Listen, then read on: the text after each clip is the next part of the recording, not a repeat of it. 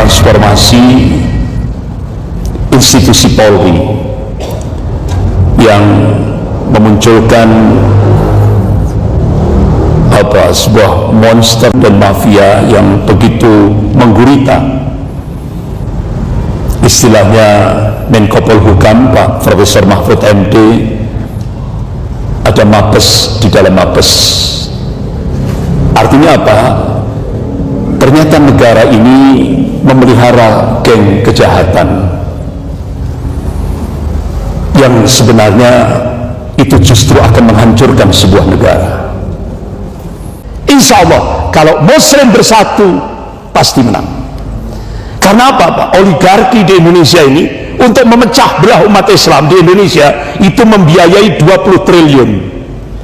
Jangankan mecah umat Islam, satu orang saja pemimpin Islam, tokoh Islam, untuk menghabisi tokoh Islam, contoh Pak Anies Baswedan, itu oligarki sudah menyiapkan 300 triliun untuk menghabisi Anies Baswedan. Itu diungkap oleh Pak pengacara Komarudin Simanjuntak. Jadi benar-benar oligarki ini dahsyat Pak di Indonesia, menggurita betul. Orang-orangnya diantaranya adalah grupnya Jenderal Sambo. Ini grupnya ini, gengnya ini.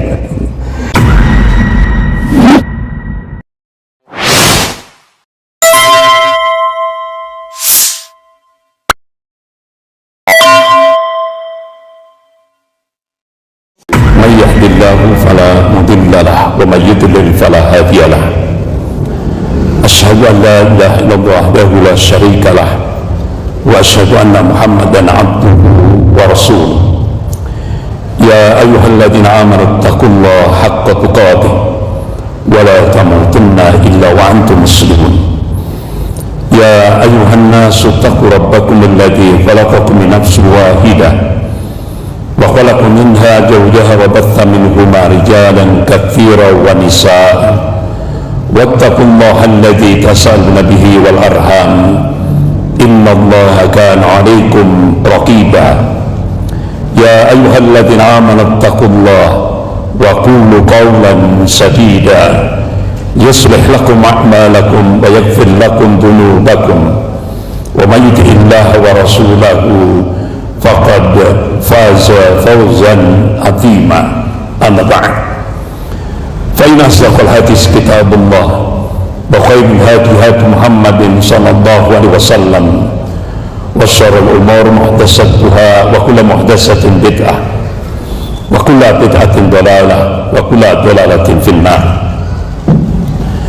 Masyarakat muslimin rahimakumullah, beberapa Jumat yang lalu kita sudah membahas tentang masalah ummah, problematika umat Islam kontemporer atau kekinian, lebih khusus di Indonesia.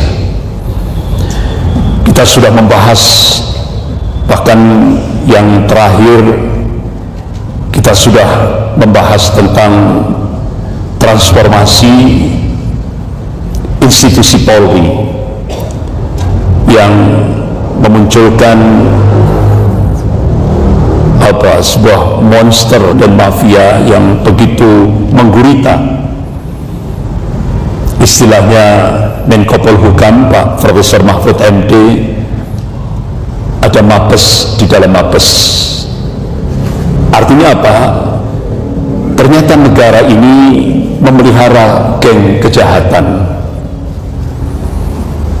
yang sebenarnya itu justru akan menghancurkan sebuah negara. Kita diingatkan oleh Rasulullah sallallahu alaihi wasallam, qala Rasulullah sallallahu alaihi wasallam, innakum satarawna ba'di aktsara wa umuran tunkirunaha. Sepeninggalku nanti kalian akan menyaksikan aktsarah. Itu ulama-ulama hadis menafsirkan aktsarah itu penguasa yang zalim. Wa umuran tunkirunaha, apa-apa yang kamu ingkari itu malah dimunculkan. Nah, dan itu sudah terjadi, lebih khusus di Indonesia. Kemudian sahabat bertanya, ya Rasulullah, apa yang kau wasiatkan kalau masa itu sudah kami alami? Rasulullah memberikan wasiat, qala addu ilaihim haqqahum wassalallahu haqqakum, tunaikan hak-hak penguasa kalian dan mintakanlah kepada Allah hak-hak kalian. Artinya apa? Masya Allah, dalam kondisi seperti itu Rasulullah masih memerintahkan kepada umatnya untuk menjadi warga negara yang baik, warga negara yang the best.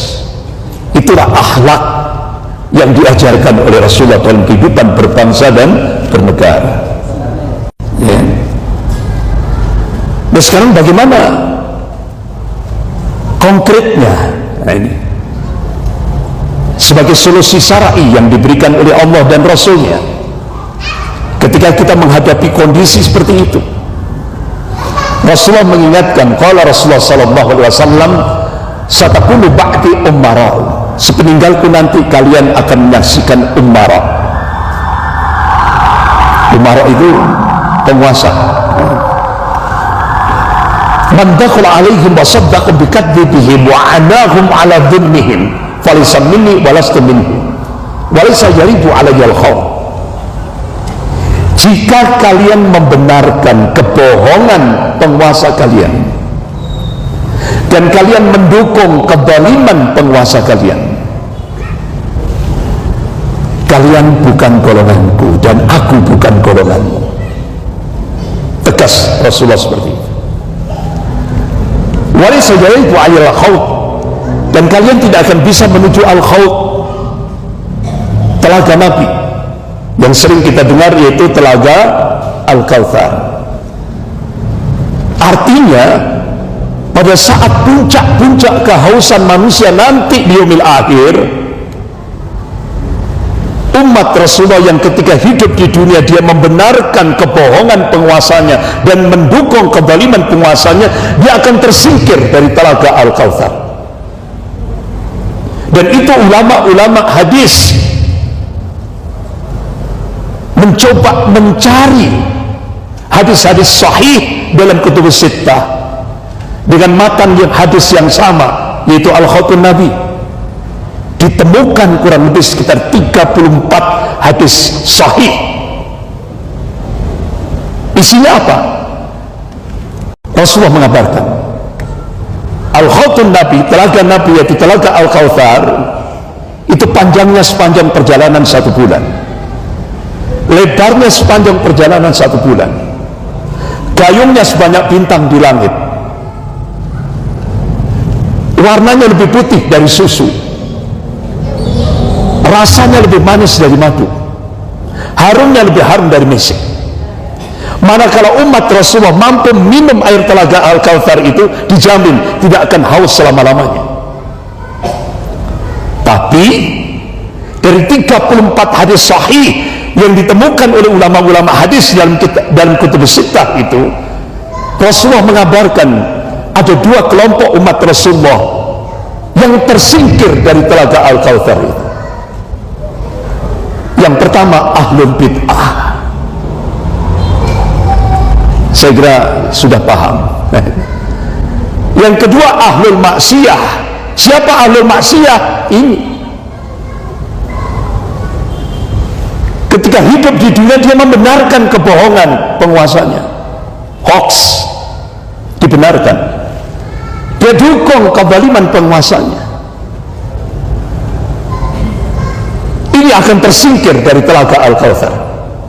Itu ditemukan 34 hadis sahih dalam kutubus sittah oleh ulama-ulama hadis.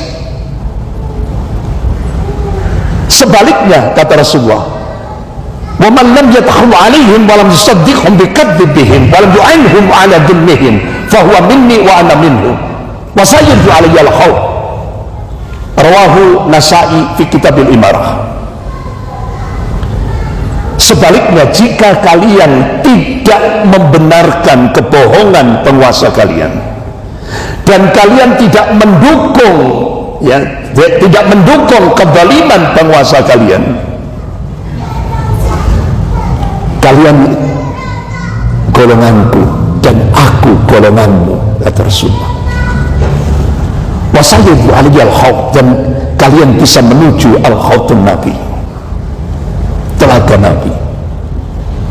Ini jaminan dari Allah Subhanahu wa ta'ala. Nah, saya tanya ke bapak-bapak, ibu-ibu, kira-kira pilih yang pertama atau pilih yang kedua? Pilih yang mana? Kedua. Insya Allah semuanya pilih yang kedua. Kalau kita ingin selamat, dan kalau kita ingin nanti di yaumil akhir bisa meminum air telaga Al-Kautsar, itu anugerah Allah untuk Rasulullah SAW. Inilah satu adab yang diajarkan oleh Rasulullah dalam kehidupan berbangsa dan bernegara. Tapi hadis ini jarang disampaikan, jarang. Yang disampaikan itu hadis-hadis tentang taat pada ulil amri. Pokoknya opo juga taat pada ulil amri. Padahal Syekhul Islam Ibnu Taimiyah rahimahullah dalam kitabnya As-Siyasah As-Syar'iyyah, begitu juga Al-Imam Mawardi rahimahullah dalam kitabnya Al-Ahkam As-Sultaniyah, itu syarat minim ulil amri itu tatbiqus syariah. Begitu juga Al-Ghazali, ya, sama, syarat minim ulil amri itu ada tatbiqus syariah. Makanya kenapa ayatnya itu jelas Allah ingatkan, a'udzubillahi minasyaitonir rajim, ya ayyuhalladzina amanu, hai orang-orang yang amanu, beriman, yang muwahhid, atiullah wa atiur rasul, taatlah kepada Allah dan taat kepada Rasulnya, wa ulil amri minkum, dan ulil amri di antara kalian. Nah, coba ketika ketaatan kepada Allah dan Rasulnya, ayat itu diawali dengan ati'u. Ini kalangan mufassir, ahli tafsir sepakat, ati'u di dalam ayat itu ketaatan tanpa syarat. Apa kalau bahasa kita? Tanpa reserve. Sami'na wa ata'na. Tapi begitu memasuki wa ulil amri minkum, tidak ada kalimat ati'u. Berarti ketaatan pada ulil amri itu harus ada syarat. Apa syaratnya? Ulama-ulama Ahlus Sunnah wal Jamaah sepakat, minim itu tatbiqus syariah. Nah sekarang, nah kalau ada istilahnya menghapuskan perda syariah, apa itu masih disebut ulil amri? Nggak bisa. Makanya kenapa terjadi istimewa ulama, Majelis Ulama Indonesia Pusat dan Majelis Ulama seluruh Indonesia, terutama bidang Komisi Fatwa, tanggal 8 sampai 9 Juli 2015 mengadakan istimewa di Pondok Pesantren At-Tauhidiyah Tegal, yang waktu itu ketua majelis ulamanya adalah Profesor Din Samsudin.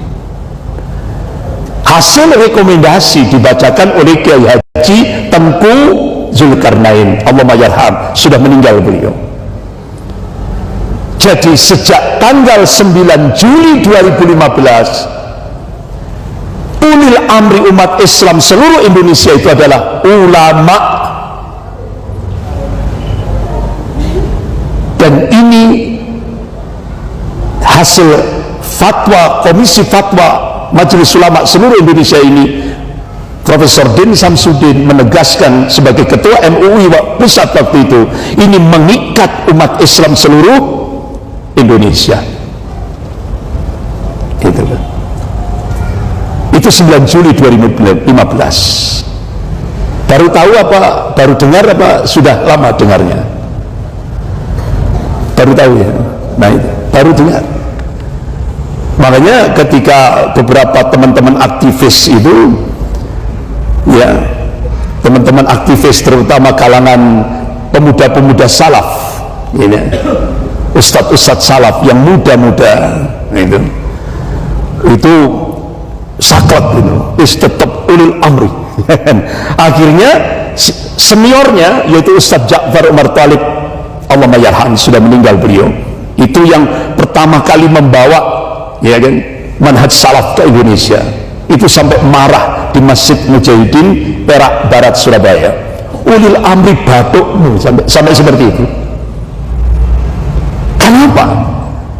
Syarat minim ulil amri itu tatbiqus syariah, menegakkan syariat Islam itu. Makanya kenapa Komisi Fatwa Majelis Ulama Indonesia Pusat seluruh Indonesia mengeluarkan fatwa sejak tanggal 9 Juli 2015, ulil amri umat Islam seluruh Indonesia adalah ulama. Berarti Majelis Ulama masih konsisten menjaga akidah umat Islam seluruh Indonesia. Bapak-bapak, ibu-ibu yang dimuliakan Allah. Nah, sekarang ini tadi solusi yang diberikan oleh Rasulullah SAW. Nah, sekarang bagaimana ketika kita menghadapi Indonesia kekinian? Apa solusi yang diberikan? Nah, ini ada sebuah kitab yang ditulis oleh Syekh Dr. Majid Ihsan Al-Gilani. Beliau ini orang Yordan, ulama dari Yordan. Beliau besar di Yordania, di Bilad Syam, mulai dari SD sampai tingkat SLTA di Yordan. Kemudian dia mengambil program S1, skripsi yang ditulis adalah dengan judul Nas'at Al-Qadiriyah, pertumbuhan madrasah Syekh Abdul Qadir Jailani rahimahullah. Karena beliau ini keturunan Syekh Abdul Qadir Jailani rahimahullah, jadi namanya Syekh Dr. Majid Ihsan Al-Gilani, keturunan Syekh Abdul Qadir Jailani rahimahullah. Kalau orang Bilad Syam itu menyebutnya Syekh Abdul Qadir Al-Jilani, kalau di Indonesia Syekh Abdul Qadir Al-Jailani. Jadi seperti itu rahimahullah. Kemudian beliau melanjutkan program Paskar Sarjana, program master. Judulnya, tema yang ditulis oleh beliau, tesisnya, yaitu Falsafah Tarbiyatul Islamiyah, jadi filsafat pendidikan Islam. Kemudian beliau melanjutkan program S3, program doktoral. Disertasi doktornya itu judulnya Studi Analisis Tarbiyatul Islamiyah Syekhul Islam Ibn Taimiyah rahimahullah. Itu. Jadi studi analisis pendidikan Islam menurut Syekhul Islam Ibn Taimiyah rahimahullah. Masya Allah, beliau produktif sampai akhirnya beliau menulis sebuah karya ilmiah,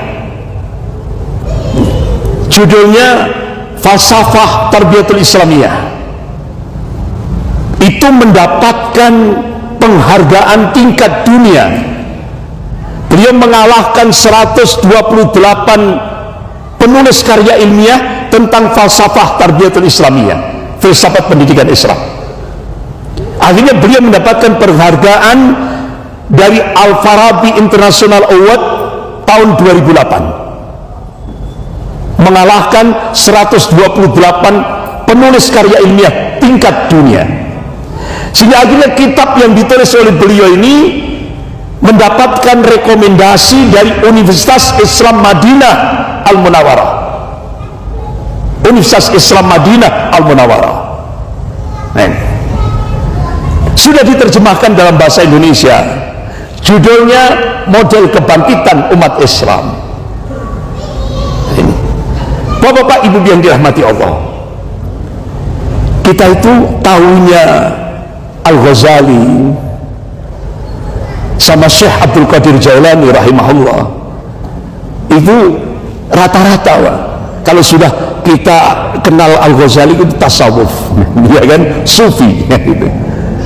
Apalagi kalau sudah membahas Syekh Abdul Qadir Jailani rahimahullah, itu pasti yang sering kali kita dengar itu kalau sudah zikrullah itu bisa terbang.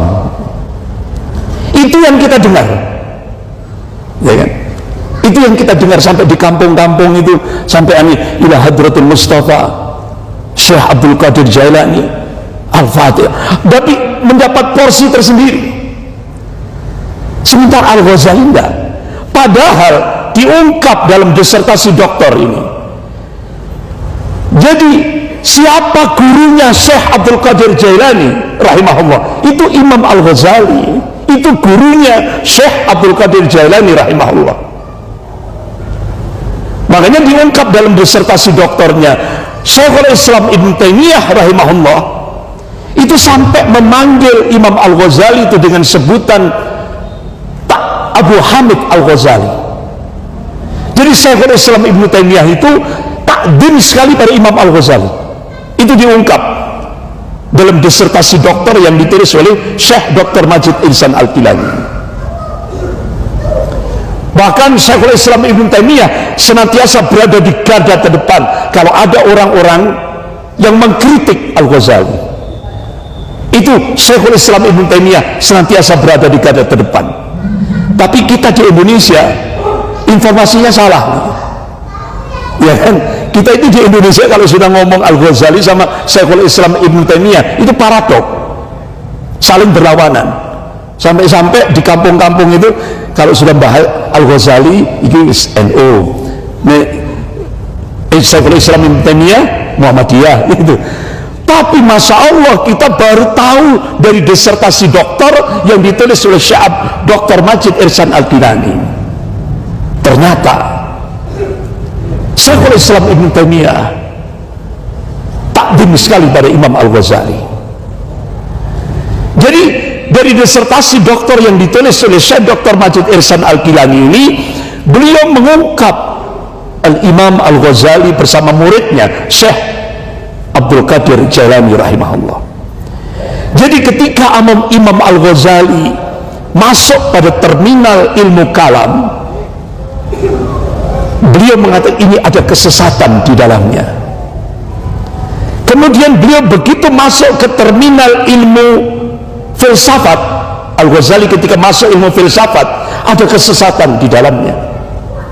Begitu masuk Imam Al-Ghazali, begitu masuk pada terminal tasawuf, ilmu tasawuf, ada kesesatan di sana.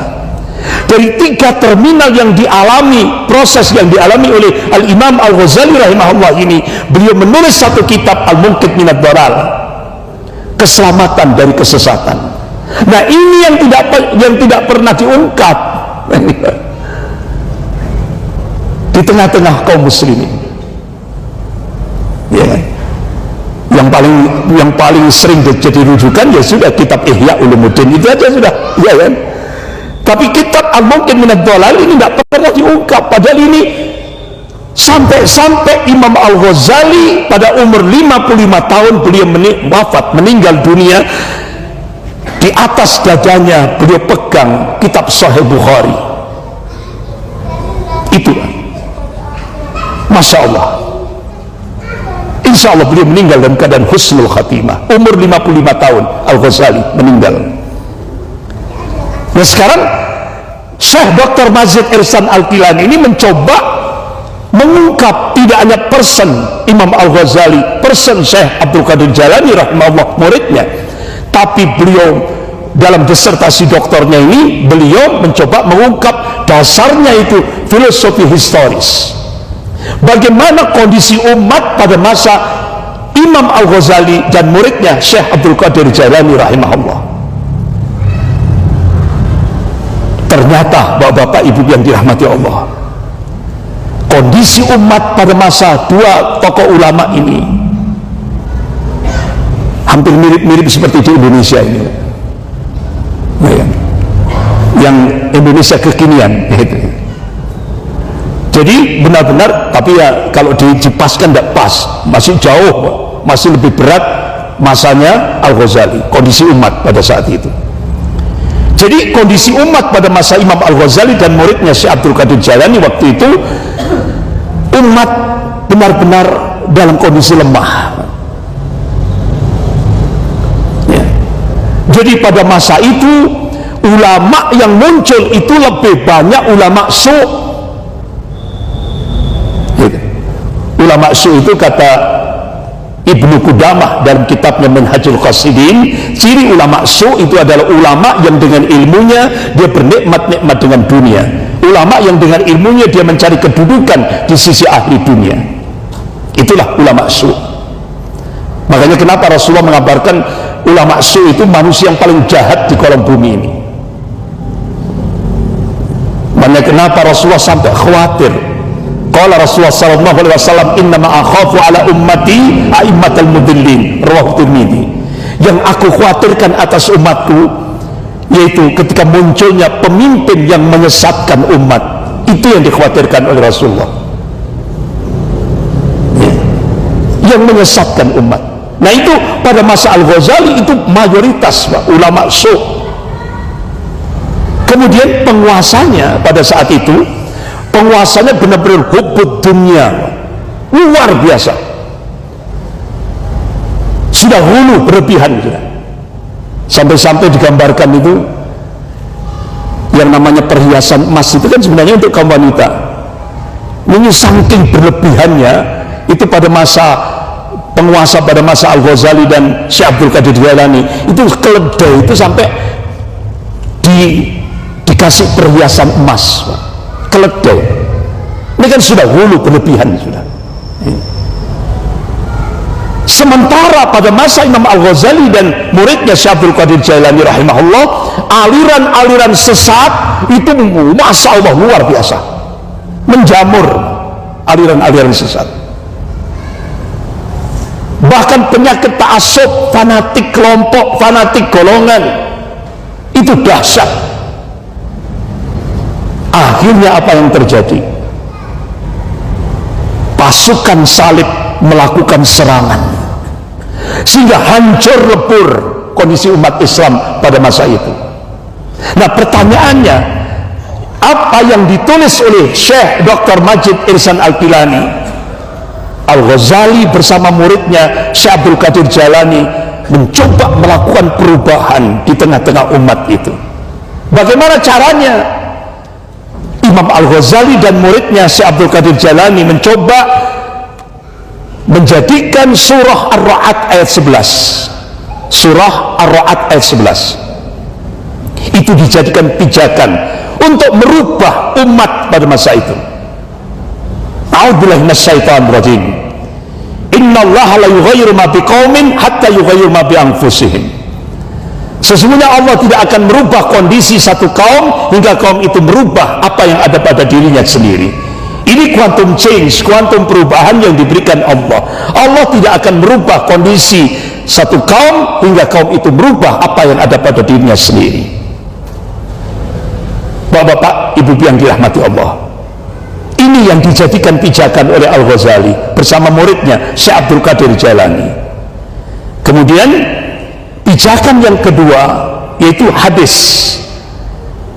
Qala Rasulullah sallallahu alaihi wasallam, fa inna fil jasadi mudghah idza saluhat saluhat jasadu kullu wa idza fasadat fasadat jasadu kullu ala wa hiyal qalb, rawahu Muslim. Fa inna fil jasadi mudghah. Jadi setiap jasad, setiap tubuh manusia itu ada segumpal darah. Kalau segumpal darah itu baik, baiklah semuanya. Kalau segumpal darah itu jelek, jeleklah semuanya. Ala wahyal qalb, ketahuilah yang dimaksud segumpal darah itu adalah qalbu. Akhirnya kenapa Al-Ghazali menjadikan qalbu itu menjadi sesuatu yang sangat penting, sangat urgent pada saat itu, di samping surah Ar-Ra'd ayat 11 ini, untuk melakukan islah, perubahan. Jadi Al-Ghazali akhirnya kenapa yang pertama kali yang dilakukan itu mentazkiyah, tazkiyatun nufus, membersihkan kolbu di tengah-tengah umat ini. Lewat apa? Al-Quranul Karim. Sehingga akhirnya Al-Ghazali bersama muridnya Syekh Abdul Qadir Jailani rahimahullah mendirikan madrasah Al-Quran untuk merubah kondisi umat pada saat itu. Sehingga dalam waktu 50 tahun, ya, dalam waktu 50 tahun lewat madrasah Al-Quran itu, Al-Ghazali bersama muridnya Syekh Abdul Qadir Jailani rahimahullah melahirkan Salahuddin Al-Ayyubi rahimahullah, panglima Islam untuk membebaskan kiblat pertama kali kaum muslimin, yaitu Masjidil Aqsa yang dikuasai oleh Yahudi dan Nasrani hampir 88 tahun. Jadi yang melahirkan Salahuddin Al-Ayyubi itu dua ulama besar, yaitu Imam Al-Ghazali dan muridnya Syekh Abdul Qadir Jailani rahimahullah. Kita baru tahu setelah disertasi doktor yang ditulis oleh Syekh Dr. Majid Ihsan Al-Gilani yang mendapatkan rekomendasi dari Universitas Islam Madinah Al-Munawwarah. Kita selama ini tidak tahu apa karya dua ulama ini, ya kan? Kita tahunya Imam Al-Ghazali, Syekh Abdul Qadir Jailani, Sufi, selesai sudah. Tidak selesai. Apa karyanya? Menggemparkan dunia karyanya, melahirkan generasi Rabbani, yaitu Salahuddin Al-Ayyubi rahimahullah. Sehingga berhasil Salahuddin Al-Ayyubi rahimahullah berhasil menghancurkan pasukan salib pada saat itu Yaumil Jum'ah. 88 tahun berhasil direbut kembali oleh Salahuddin Al-Ayyubi rahimahullah, sehingga pada saat itu sholat Jum'ahnya tertunda. Karena apa? Karena tempat sholat Rasulullah, ya, kalau bapak ibu keluar dari Masjidil Aqsa itu kanan itu ada tempatnya satpam, dan sebelah kanannya itu ada trap ke bawah. Disitulah tempat sholat Rasulullah pada saat Isra wal Mi'raj. Nah, ternyata selama 88 tahun tempat sholatnya Rasulullah itu dijadikan oleh pasukan salib yang dipimpin oleh Godfrey dan Peter, orang Yahudi itu, ya kan? Itu digunakan sebagai kandang kuda selama 88 tahun. Sehingga akhirnya begitu Salahuddin Al-Ayyubi berhasil menghancurkan pasukan salib, itu Yaumil Jum'ah, hari Jumat, jadi sholat Jum'ah itu sampai tertunda agak siang karena membersihkan kotor dari masjid itu dari kotoran kuda. Tapi Masya Allah, Yaumil Jum'ah itu hari sholat Jum'ah pertama kali, sangat-sangat mengharukan, ya, sangat mengharukan.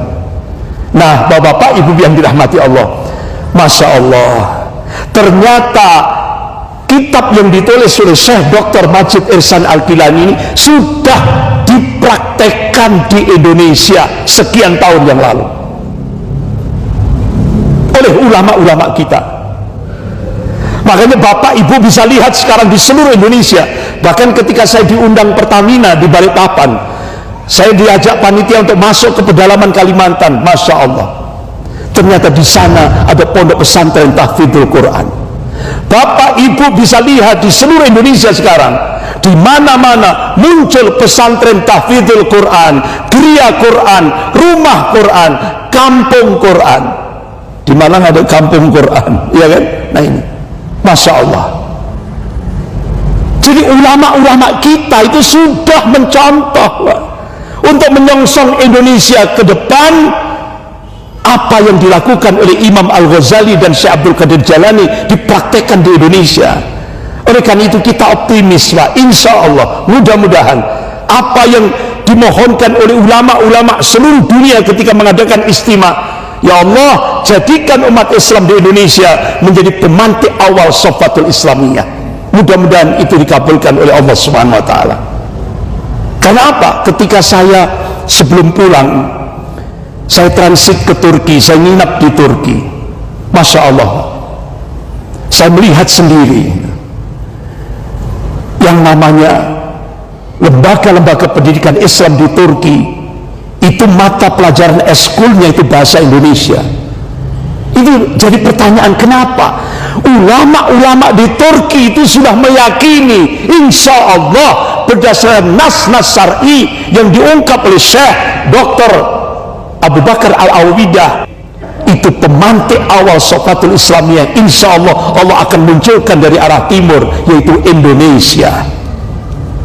Itu loh, insya Allah. Ini kita optimis, kita tidak boleh pesimis. Nah, ini. Jadi ini sudah dipraktekkan ini oleh ulama-ulama kita, sehingga bapak ibu bisa melihat di mana-mana pesantren tahfidzul Quran menjamur di mana. Sampai akhirnya menteri agama kita sekarang ini, karena Indonesia berubah kiblat ke Cina, menteri agama kita yang baru, Pak siapa? Itu memunculkan kebijakan moratorium, dilarang lagi mendirikan pesantren tahfidzul Quran, tidak boleh. Ini dampak Indonesia berubah kiblat ke Cina. Ada moratorium yang dimunculkan oleh Kementerian Agama, tidak boleh lagi, sementara stop, tidak boleh mendirikan pesantren tahfidzul Quran, tidak akan diberikan izin. Ini dampak Indonesia berubah kiblat ke Cina. Kenapa? Sangat membahayakan bagi Cina. Dan saya masih ingat apa yang diungkapkan oleh Gladstone di depan parlemen Inggris. Kita tidak akan mampu merebut dunia Islam selama Al-Quran masih ada di dada-dada pemuda dan pemudi Islam. Oleh karena itu tugas kita sekarang apa? Itu Gladstone pidato di depan parlemen Inggris. Jauhkan pemuda dan pemudi Islam dari Al-Quran. Lewat apa? Pornografi, khamr, judi, dan kecintaan pada materialistik. Ini Pak, khamr. Makanya sampai Gladstone, percuma kita menggunakan senjata 1000 meriam, 1000 bom, tidak akan mungkin selama Al-Quran masih ada di dada gerak pemuda-pemudi Islam. Oleh karena itu, untuk menjauhkan mereka, sebarkan khamr, judi, dan sebagainya dan sebagainya. Oleh karena itu, gerakan inilah yang harus kita istiqomah untuk mewujudkan generasi Rabbani. Bapak-bapak, ibu-ibu yang dimuliakan Allah Subhanahu wa Ta'ala. Kemudian apa solusi? Alhamdulillah, ulama-ulama di Indonesia menjadikan 2 kitab ini menjadi rujukan untuk umat Islam di seluruh Indonesia. Ya. Fikih Nasr wa Tamkin. Jadi fikih tentang pertolongan wa tamkin, ya, dan kekuasaan yang akan diberikan oleh Allah Subhanahu wa Ta'ala kepada hamba-hambanya yang amanah wa taqwa. Jadi ini sebuah panduan untuk meraih kemenangan dan kejayaan Islam. Ini sudah disebar di seluruh Indonesia, kitab ini, dan sudah diterjemahkan ke dalam bahasa Indonesia, yaitu fikih tamkin. Ya. Jadi fikih Nasr wa Tamkin. Kemudian konsep imamah di dalam Islam ini adalah disertasi ditulis oleh guru besar, yaitu Profesor Dr. Abdullah Ad-Dumaiji. Beliau adalah guru besar di Fakultas Dakwah dan Usuluddin Universitas Ummul Qura Makkah Al-Mukarramah. Dan ini yang dijadikan sebagai rujukan ulama-ulama di Indonesia dan sudah diterjemahkan dalam bahasa Indonesia. Jadi insya Allah bapak-bapak ibu yang dirahmati Allah, dari 2 kitab ini tadi, ini benar-benar sudah diaplikasikan oleh ulama-ulama kita di Indonesia. Sehingga sebagai solusi terakhir, puncaknya, insya Allah kita harus bersatu. Kalau sudah Muslim bersatu, pasti menang. Alhamdulillah dimulai dari Jawa Timur yang dimotori oleh Kiai Haji Sa'ad Ibrahim, yaitu pimpinan wilayah Muhammadiyah, bersama Kiai Haji Marzuki Mustamar, pimpinan wilayah Nahdlatul Ulama Jawa Timur. Alhamdulillah ada ukhuwah, mulai disambung ukhuwah mulai dari Jawa Timur. Kokam sama Banser sudah mulai diukhuwahkan.